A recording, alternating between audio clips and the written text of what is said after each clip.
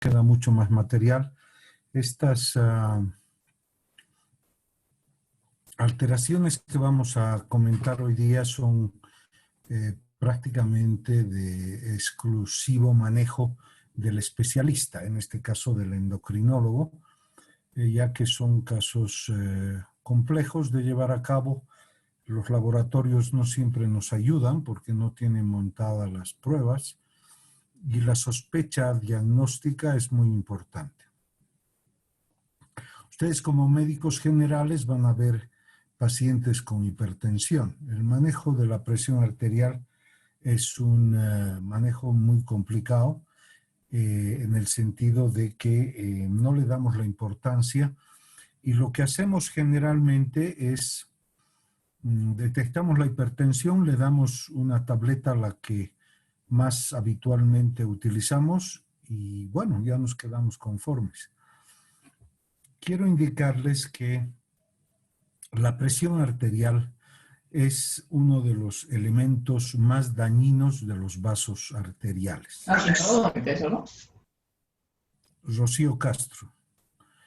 Y entonces, una de las cosas que nosotros debemos saber es de que tenemos que aprender a tratar a pacientes con hipertensión arterial, seamos médicos generales, internistas o especialistas. Y lograr, evidentemente, que la presión esté controlada. Para esto hay una multitud de tabletas, pero hay que saberlas usar, no todas son igual. Esto ustedes lo van a ver también en el próximo año, cuando estén en cardiología o cuando nos veamos en endocrino otra vez. Y entonces esto es importante que sepan que hay que tratar la hipertensión arterial. Desde medidas generales, como son la alimentación, el peso del paciente, la actividad física. Luego tenemos que tener y descubrir comorbilidades. Y por último, dar el tratamiento apropiado que pueda darse. Estos temas que los vamos a ver ahora son casos bastante raros, pero hay que mencionarlos dentro de lo que es la medicina para estar al día con esto o saber de qué se trata, ¿no? Muy bien. Hemos visto en el tema de suprarrenales, hemos visto lo que es, qué significan las glándulas suprarrenales, para qué sirven. Sabemos que son unas glándulas, pero indispensables para la vida, porque evidentemente las suprarrenales se constituyen en glándulas que cuidan la sobrevivencia del ser humano. Hemos visto que tiene una línea de producción hormonal que controla líquidos y electrolitos. La otra línea controla lo que es glucosa y la otra línea controla las hormonas genitales, ¿sí? Hormonas que intervienen en la definición del sexo, hormonas que definen la reproducción del ser humano. Hay que recordar que en la pubertad lo primero que aparece en el inicio de la pubertad no es el trabajo de los testículos o de los ovarios, sino lo primero que desencadena el proceso de la pubertad es lo que se llama la adrenarquia. O sea, las glándulas adrenales empiezan a trabajar en el varón y en la mujer. Y dentro de esto, en la síntesis de los esteroides, la línea de los andrógenos suprarrenales terminan con testosterona pero gracias a la aromatización de la testosterona se convierte en estrógeno. Este proceso de aromatización es mucho más intenso en la mujer y entonces lo que tiene la mujer es, por un lado, la dehidroepiandrosterona, que es su andrógeno suprarrenal de la mujer. El andrógeno del varón es la testosterona. Y luego, en la cadena de la esteroidogénesis, de la dehidroepiandrosterona pasa a la androstendiona y luego pasa a la testosterona. Si es sexo femenino, aquello no queda ahí, sino que se aromatiza por fuera de la suprarrenal, se aromatiza y se convierte en estradiol. Y entonces contribuye después a que los ovarios empiecen a trabajar mejor. Entonces, ¿quién da inicialmente estrógenos en la mujer? Es la suprarrenal. Y eso sensibiliza, o sea, despierta a los receptores estrogénicos y empiezan a trabajar los ovarios. Cuando hay testosterona en el varón, no hay tanta esta aromatización, pero sí hay algo. Los varones tenemos siempre algo de estrógeno. Y entonces la testosterona también interviene para despertar a los receptores androgénicos en el testículo y se inicia la pubertad. Pues bien, en los casos de que hay patología suprarrenal, en los casos que hay hiperfunción córtico-suprarrenal, entonces hay aumento de la aldosterona, aumento del cortisol y aumento de los andrógenos suprarrenales, ¿no? Y podemos tener mujeres que tienen mayor cantidad de andrógenos, como puede ser el crecimiento del vello facial, de la grasa o seborrea en la cara, en el pelo, y también pues tiene un desarrollo un poco más alto, digamos, de las cuerdas vocales, etc. A nivel del cortisol aumentado, pues existe una redistribución de la grasa, como habíamos visto, se forma una obesidad centrípeta con una cara en luna llena y todo aquello. Todo lo que hemos visto de la hiperfunción. ¿Y qué pasa en la hipofunción? En la hipofunción entonces ocurre lo contrario, donde la persona pues adelgaza, pierde grasa, pierde también masa muscular y sobre todo que tiene tendencia a la hipoglucemia y pues establece una astenia, una dinamia, decaimiento y pueden entrar y llegar a los casos de shock. ¿En qué casos, por ejemplo, nosotros podemos ver casos de shock?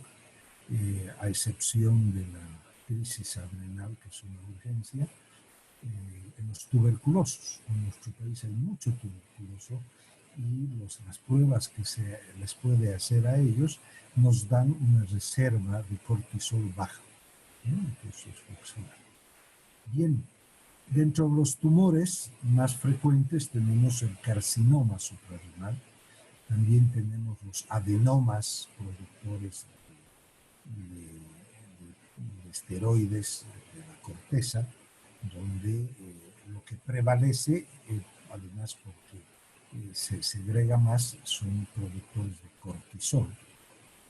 Hay muy pocos tumores adrenales productores solo de andrógenos. Lo que sí hay una enfermedad que se llama la hiperplasia suprarrenal congénita, en la cual existe un bloqueo enzimático en la formación de la aldosterona y del cortisol, y todas las hormonas se pasan a los andrógenos. Entonces hay distintos tipos, hay dos, los más frecuentes, es el déficit de la 21-hidroxilasa y el déficit de la 11-beta-hidroxilasa. Uno de ellos lo que hace es bloquear la formación de mineralocorticoides y de glucocorticoides hasta un nivel que no produce mayor producción de, a ver, vamos a ver si podemos mostrarles. para que no me sigan de memoria. Y acá. Entonces, acá tenemos la esteroidogénesis, en la cual el colesterol pasa y se forma pregnenolona, progesterona, DOCA, corticosterona, aldosterona. Y por este lado pasa a pregnenolona,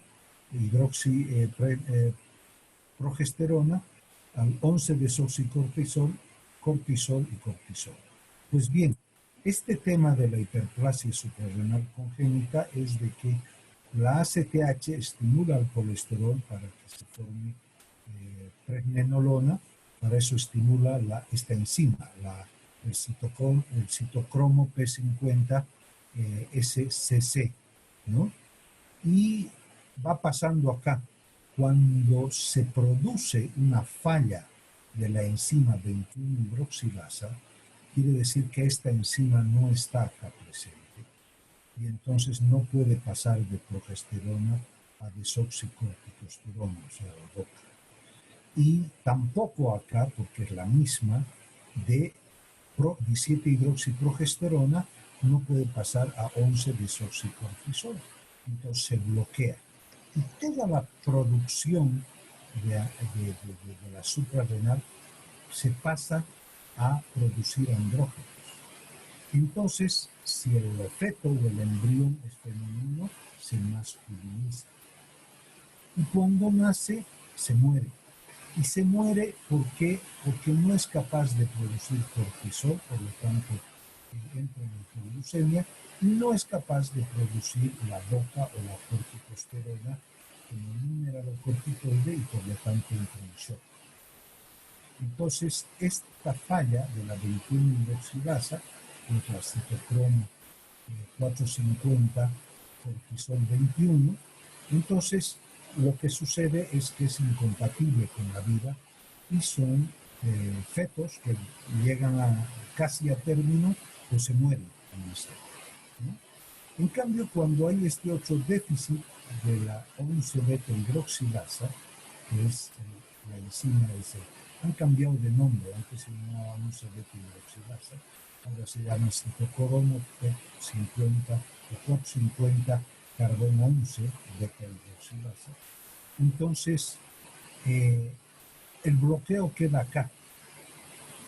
Y al bloquear acá, entonces todavía se forma algo de DOCA, que tiene algo de acción mineralocorticoide. Y también se forma el 11-desoxicortisol, que tiene algo de acción de cortisol.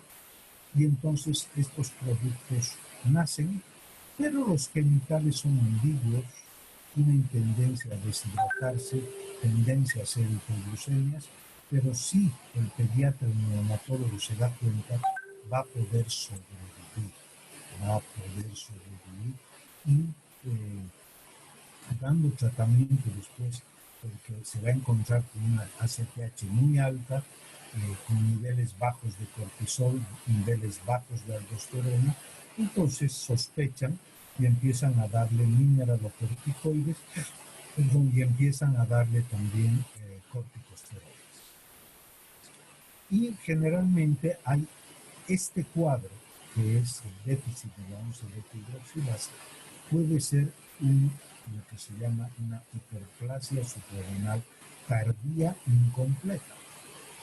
Y se presenta en las mujercitas, porque en el varón no se nota mucho, pero hay varones bajitos que maduran el hueso antes de tiempo porque tienen un exceso de andrógenos, porque lo que no pasa y forma acá se va hacia la producción de andrógenos.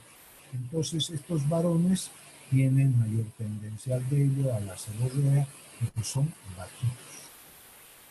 Si es una mujer, nosotros, y ustedes verán ahí en nuestro medio, hay mujercitas bajitas, musculosas, o sea, que pueden dar, y muchas veces tienen frecuentes ovarios poliquísticos. Y entonces lo que existe es un síndrome de hiperplasia suprarrenal congénita tardía. Se presenta después de la pubertad. Entonces hay estos cuadros en los cuales es bueno que ustedes sepan y sospechen cuando hay rasgos de hiperandrogenismo en el bloqueo, ¿no? Hay que descartar que no exista un bloqueo a este nivel.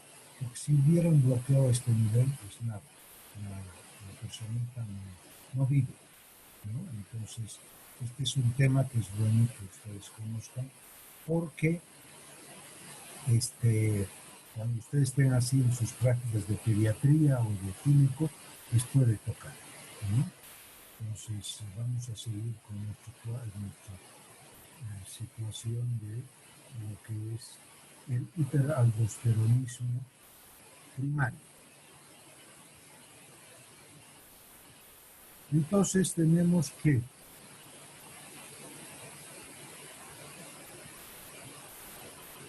muy bien. Entonces, tenemos el cuadro de hiperaldosteronismo primario. ¿Cuál es el concepto? Es un síndrome caracterizado por el aumento de la producción autónoma o semiautónoma de aldosterona. Recuerden ustedes por fisiología que la aldosterona responde cuando hay disminución o más bien aumento de las concentraciones de potasio, y la aldosterona lo que hace es retener sodio y botar potasio. En los casos de que existe una sobreproducción de aldosterona por un adenoma productor de aldosterona, que se llama el síndrome de Conn, C-O-N-N, entonces hay una tendencia a la hipertensión arterial y a la hipocalemia, a la hipoglucasemia.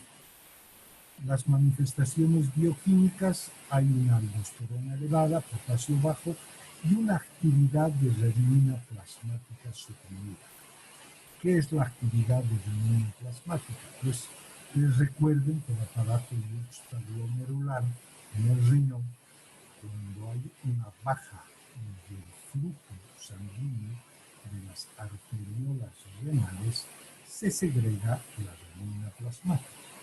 Y esta renina plasmática cumple la función de poder producir una vasoconstricción, y esa vasoconstricción hace de que pueda mejorar el riego, mejorar la presión sanguínea y mejorar el riego hacia el riñón. Entonces, la renina que se produce en el aparato yuxtaglomerular lo que hace es estimular el pulmón para la conversión de angiotensinógeno en angiotensina 1, luego la angiotensina 2 a través del hígado, y esta angiotensina 2 es la que va a estimular también la producción de aldosterona. Entonces, fisiológicamente o fisiopatológicamente vamos a encontrarnos una hipertensión arterial secundaria al hiperaldosteronismo, que se produce por efectos mantenidos, aunque no sean las concentraciones muy altas, porque el organismo siempre se maneja de acuerdo a los mecanismos de retroalimentación. Cuando está fallando el flujo renal, sale la aldosterona. Pero en este caso, al haber un adenoma, la producción de aldosterona es constante, aunque no sea muy alta, pero es constante. La reabsorción de sodio lleva a una expansión del volumen plasmático, y este mecanismo de autorregulación se produce una hipertonía vascular, lo que lleva a una hipertensión. ¿Qué quiere decir de hipertonía vascular? Entonces, el mecanismo de regulación que hace que la circulación tenga más líquido, que es la absorción de sodio, entonces los vasos se van haciendo más contracturados. Entonces hay una hipertonía vascular, que de hecho se traduce por una hipertensión. La presión arterial se maneja bajo dos conceptos. Ustedes tienen que saber esto de fisiología. El concepto en el cual la presión arterial sistólica depende del gasto cardíaco. Es decir, la cantidad de sangre que sale del corazón por un elemento de la fuerza de contracción del ventrículo. Y esto nos da una presión sistólica. Puede haber hipertensión sistólica sin hipertensión diastólica. Y la presión diastólica se manifiesta por la tensión muscular de los vasos sanguíneos. Es decir, cuando haya hipertonía vascular, habrá una hipertensión diastólica. Esta hipertensión diastólica también se produce cuando la pared del vaso se endurece, cuando en lo que se llama la aterosclerosis. La pérdida de potasio por el riñón lleva a una hipocalemia intracelular. ¿Por qué? Porque en el momento que se empieza a perder potasio de la sangre, el ion potasio está en mayor cantidad dentro de las células y entonces empieza a salir potasio de las células para poder equilibrar los valores normales del potasio sanguíneo. Y entonces esto deja a las células sin potasio con alteraciones en las cuales el catión hidrógeno entra a la célula y se produce una alcalosis metabólica hipopotasémica e hipertiurémica. Esta alcalosis metabólica es muy difícil de revertir, ¿no? Entonces sale el potasio de la célula, entra el hidrogenión y al entrar el hidrogenión, entonces la sangre se hace alcalótica porque el potasio se sigue escapando por la orina. Y además, en compensación, hay un aumento del cloro.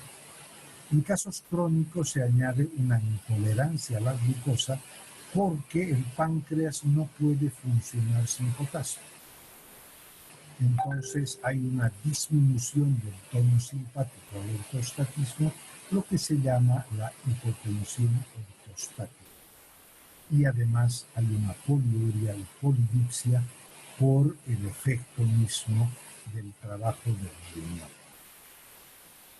En la anatomía patológica tenemos que el 70% de los casos es un adenoma suprarrenal de más o menos 5 centímetros de diámetro, es unilateral y pueden ser un 20 o 25% glándulas hiperplásticas. Y en un 5 a 10% son carcinomas suprarrenales. ¿Cómo podemos sospechar y podemos hacer nuestro trabajo? Entonces, si tenemos una hipertensión arterial o una dosificación de la actividad de renina plasmática, esto se dosifica en sangre, por si acaso. Se pide al laboratorio, quiero que me dosifique la actividad de renina plasmática. Cuando es normal o baja, y además el potasio es normal o bajo, hay que sacar el cociente aldosterona, actividad de renina plasmática. Si es, vamos a poner acá, si es menor a 25, se trata de un cuadro de hipertensión esencial. ¿Sí? Y si es mayor a 25, nosotros estamos ante un probable problema de hiperaldosteronismo primario. Para eso hay pruebas, la prueba del captopril, la prueba de la expansión de volumen. No vale la pena entrar en detalle, ya ustedes lo tienen que explicar en libros o estos recursos del subespecialista.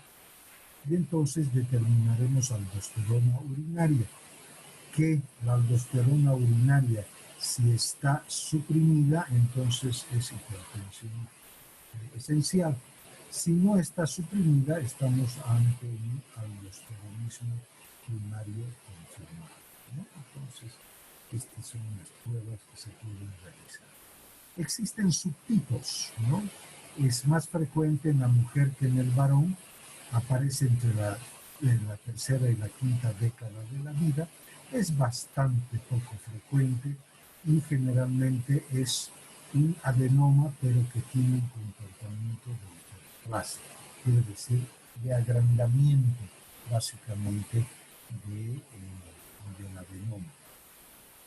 Dentro de la clasificación están los adenomas productores de aldosterona autónomos o sensibles a la renina, ¿no? Recuerden nuevamente que cuando hay producción mucha de aldosterona, la renina está suprimida, ¿no? Pero puede haber casos en los cuales todavía coexista algo de renina.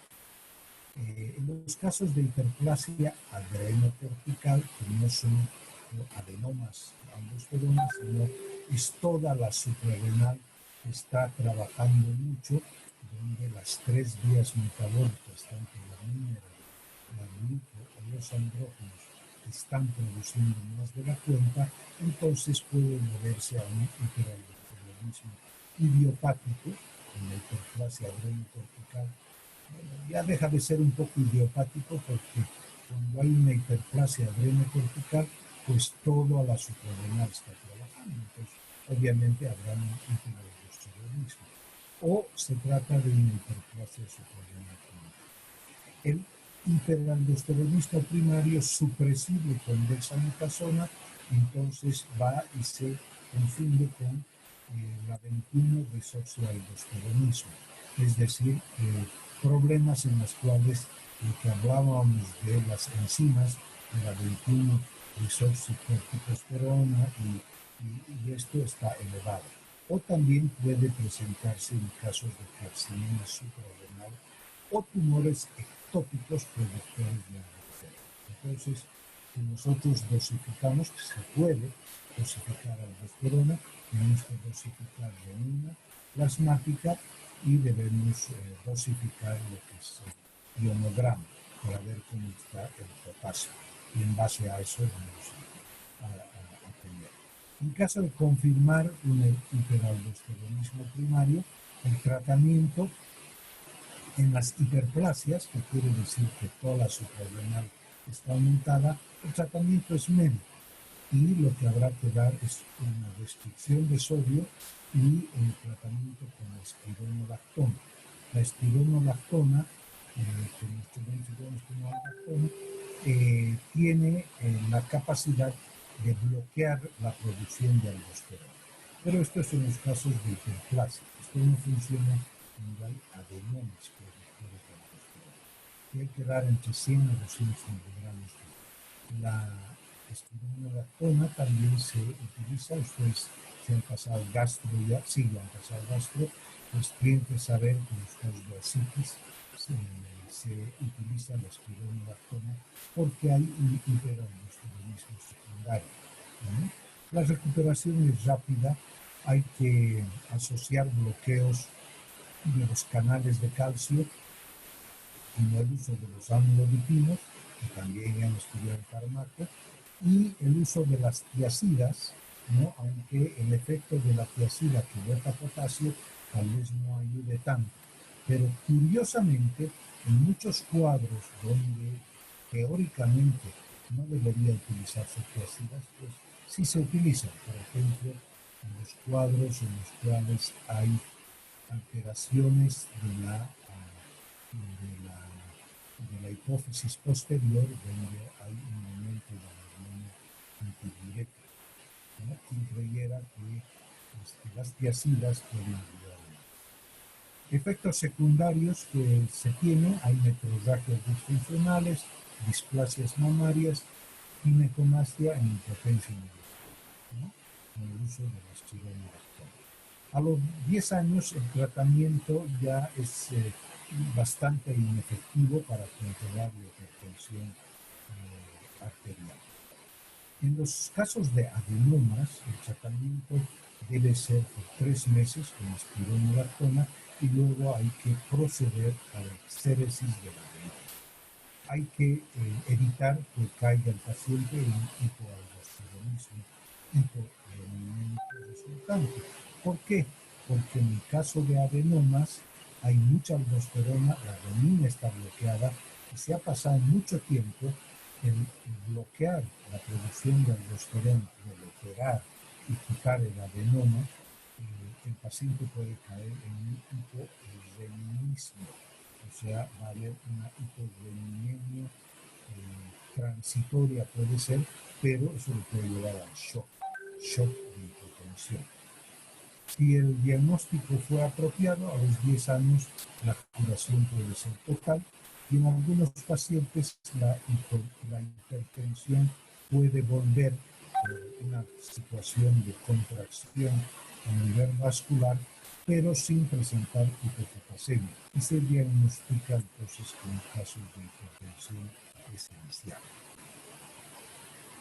Bien, hasta acá es un caso raro, como hemos visto, pero es bueno recordar la relación que hay entre aldosterona, hipertensión, potasio y lo que es la actividad de hormona vaginal. Que hay que revisar en fisiología las acciones para que ustedes puedan terminar de entender todo el mecanismo que se da a ese nivel. El otro cuadro de hipertensión, y esto es actividad de lo que es la médula suprarrenal, es el feocromocitoma. El feocromocitoma es una causa infrecuente de hipertensión arterial secundaria, no es más allá del 0.1%, es de alto riesgo porque la mortalidad es muy alta. Una crisis de feocromocitoma puede dar fácilmente problemas de accidente cerebral o infartos voluntarioos. Los cuidados durante los estudios diagnósticos son muy importantes, de ahí este cuadro que lo debe estudiar el especialista con todos los cuidados del caso. Pueden presentarse solo 1 o 2 pacientes por millón de habitantes. ¿Cuándo el internista o el generalista debe sospechar? Cuando se encuentran crisis de hipertensión arterial junto con hiperglucemia.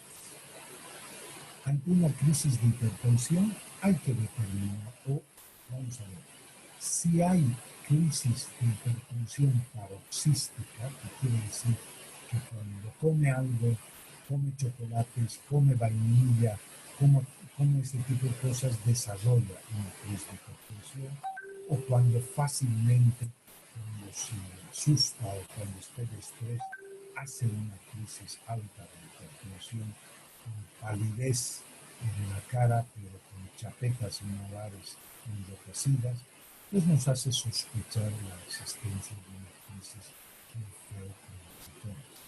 Entonces, en ese caso, hay que derivar al especialista para que pueda estudiar y hay que tener mucho cuidado, porque en los trabajos diagnósticos puede desencadenarse una crisis. O si se confirma que hay un adenoma o un aumento de la producción de catecolaminas por la médula, o de repente es un feocromocitoma por tumor fuera de las suprarrenales y que pueden estar a lo largo de la cadena ganglionar de la columna vertebral, se ha encontrado, se requiere operar y si no tenemos todos los cuidados, el paciente puede morir por hipotensión arterial. Muy bien. La patogenia es que las células clonafines que están en la médula y en los ganglios, también a lo largo de la columna de la médula espinal, las células clonafines sintetizan las catecolaminas a partir de la tirosina. Como producto final da la norepinefrina, excepto en la médula suprarrenal, que el 70%, el 75% se metila a epinefrina. La gravedad de los síntomas tiene relación, ustedes tienen que repasar cuáles son los efectos cardiocirculatorios de la norepinefrina y de la epinefrina. La gravedad de los síntomas tiene relación con el tamaño del tumor. Si el tumor secreta hormonas de manera continua o paroxística, y depende si tiene los receptores adrenérgicos sensibles o no. La norepinefrina entonces lleva una vasoconstricción con una hipertensión diastólica y palidez.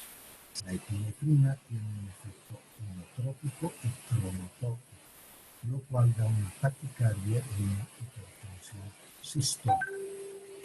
Además, una vasodilatación que pueda producir la epinefrina, baja la presión diastólica y puede llevar a un shock.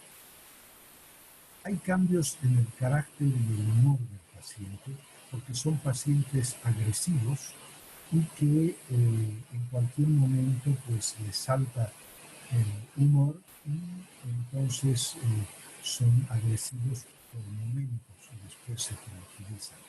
Fácilmente irritables, fácilmente en angustia, presentan sudoración, temblor muscular fino, hay piloerección y también hay datos de hipermetabolismo, ¿no? Con consumo de lo que es las calorías por esta reacción adrenérgica y el paciente va bajando de peso y son generalmente estreñidos porque los intestinos se paralizan ante el efecto de la epinefrina. En el electrocardiograma tenemos datos de isquemia por la vasoconstricción, hay en el laboratorio hiperglucemia, hay también hipopotasemia y el hematocrito está elevado por la sudoración que lleva a una deshidratación. La dopa o la dopamina, que tienen efectos vasodilatadores y en la presión arterial contrarrestan el efecto de las catecolaminas. Entonces, el cuadro clínico es característico, en un 88% presenta cefalea, sudoración, alteraciones del carácter, palpitaciones, baja de peso, intolerancia al calor en un 53%, ardor y dolor abdominal, porque hay vasoconstricción arterial, hay una hiperglucemia durante las crisis y tendencia a la policitemia, es decir, a la eritrocitosis. Y las alteraciones electrocardiográficas que dan imágenes de hipopotasemia, una onda alta. 20% de los pacientes con feocromocitoma no presentan hipertensión arterial, porque básicamente tienen catecolaminas que no van en crisis, sino en una secreción que se llama larval, es decir, una secreción continua, pero no en crisis y tampoco muy altas. Hay que seleccionar a los pacientes en caso de que existan reacciones adrenérgicas o paroxísticas. Es decir, hay pacientes con feocromocitoma que tienen una presión arterial no muy alta, pero constante, y hay otras que hacen paroxismos, es decir, crisis de verdadera hipertensión arterial. La hipertensión arterial paroxística o inducida por la anestesia hay que tener mucho cuidado, sobre todo en el tratamiento, que lógicamente es quirúrgico, y esto es importante tomar en cuenta en los pacientes con hipertensión paroxística, porque pueden ser infartos durante la inducción anestésica. También la respuesta hipertensiva inducida por propanolol, reserpina o ranitidina. Es decir, existe una reacción contraria cuando hay ciertos pacientes que están más que son noradrenérgicos y que el propanolol puede desencadenar crisis. O también hay pacientes con hipertensión refractaria al tratamiento biológico. El feocromocitoma se utiliza el feocromocitoma se asocia a otras alteraciones, por ejemplo, a síndromes mucocutáneos en los cuales hay la neurofibromatosis con manchas café con leche en la piel. Son como pequeños mapas que aparecen en la piel, y es la enfermedad de von Recklinghausen.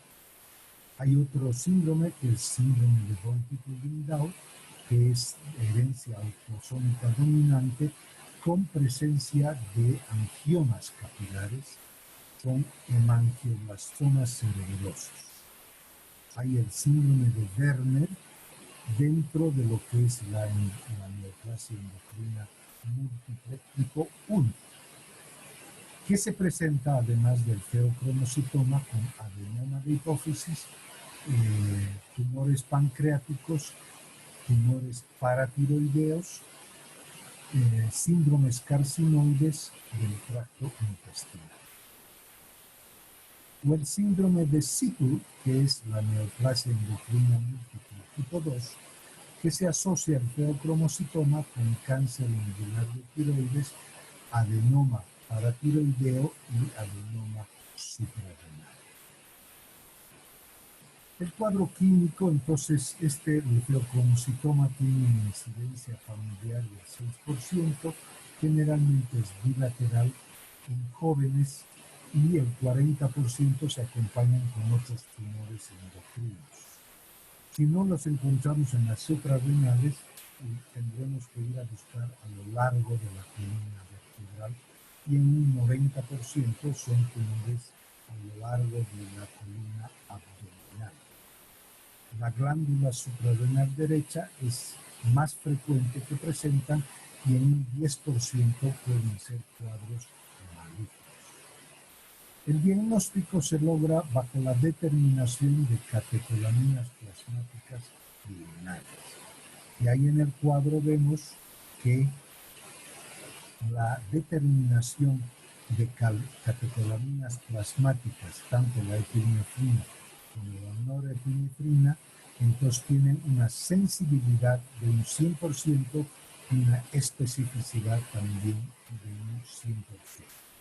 Las catecolaminas urinarias tienen entre un 85 y 100% de sensibilidad y tienen algo menos de especificidad. El ácido vanilmandélico urinario tiene una sensibilidad muy baja, pero tiene una gran especificidad. ¿Cuál es la ventaja? Que cualquier laboratorio más o menos que se respete determina ácido vanilmandélico, pero en cambio no todos determinan catecolaminas plasmáticas urinarias. Es más fácil determinar catecolaminas urinarias y no así las plasmáticas. También las normetanefrinas y metanefrinas urinarias ayudan en el diagnóstico. ¿En qué momento debemos sacar sangre? En el momento de crisis hipertensiva. Eso es importante.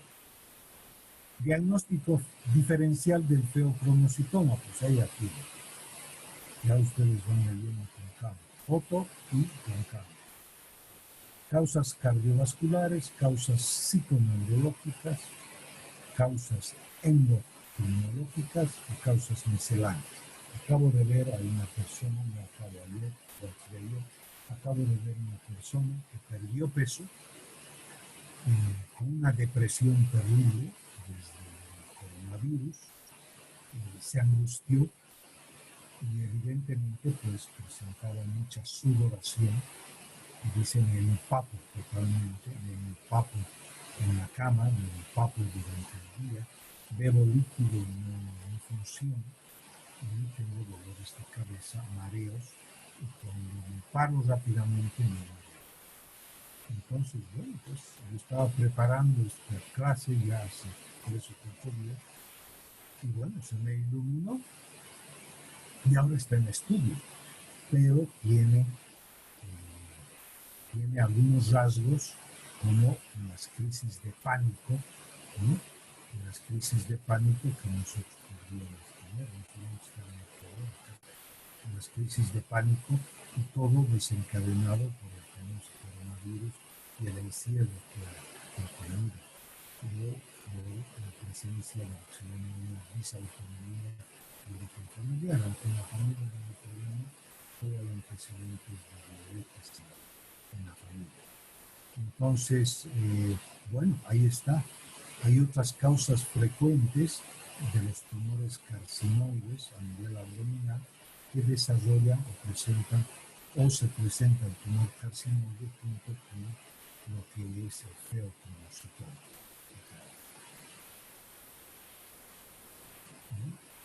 Y hay causas misceláneas. Bien. Las pruebas funcionales, entonces, determinación de catecolaminas plasmáticas que se podrían frenar con el efecto de la clonidina, un alfa bloqueante, y dada por vía oral 3 horas antes de lo que podría ser una determinación de catecolaminas plasmáticas. O, esto es muy peligroso, nunca he visto hacer tampoco, porque yo nunca lo he hecho, es un estímulo con el glucagón. Y tiene que ser un centro especializado donde se haga en terapia intensiva, ¿no? Se inyecta endovenosamente 2 miligramos y se toma determinaciones de catecolaminas a los 2 minutos posteriores a la inyección.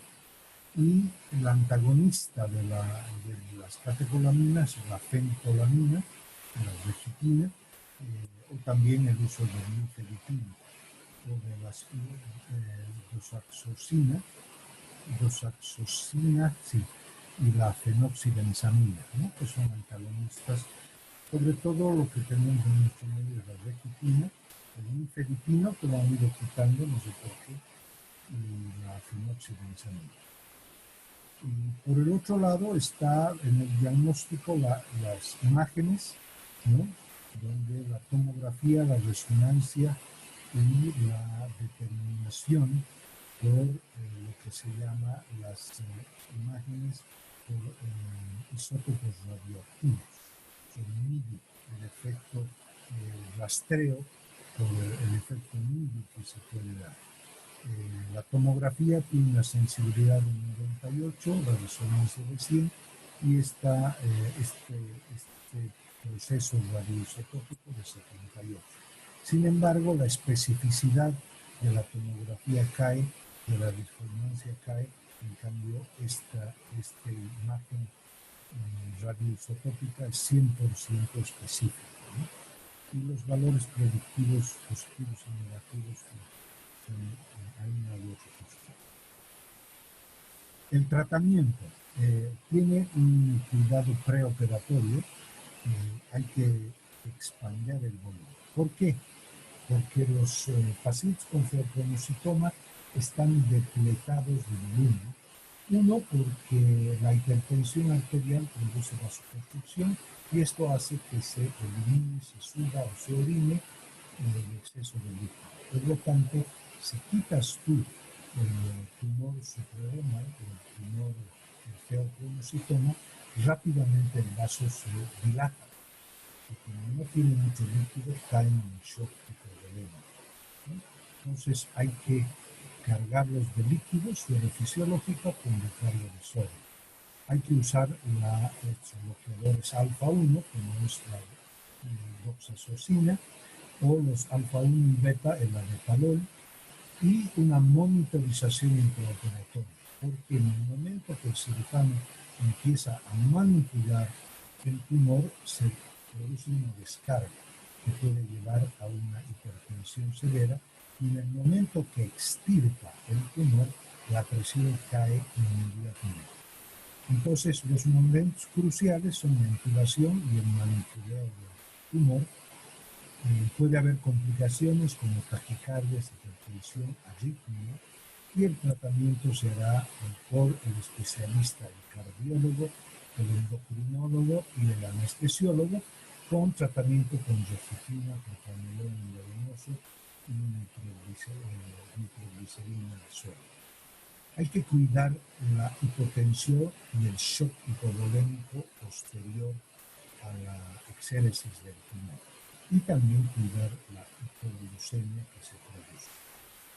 El seguimiento en el posoperatorio inmediato, hay que cuidar que no caiga en hipotensión ni en hipovolemia, y para esto el control de la presión debe ser bastante cuidadosa y segura. Muy bien, hasta acá hemos llegado con el 5. Pensé que iba a ser más corta, pero me he extendido. Espero que les haya servido de algo estas clases. Conmigo ya no nos vemos, solamente en el examen. Y pues nada, van a salir preguntas de todo esto que les he hablado. Y la próxima semana van a estar con la doctora Arena. ¿Alguna pregunta que tengan ahora? No, doctor. Ay, Doctor, gracias. Entonces, un abrazo para todos ustedes y nos vemos. ¿Han fijado fecha de examen del segundo parcial? Porque estoy en el tercer parcial. No, del tercero no.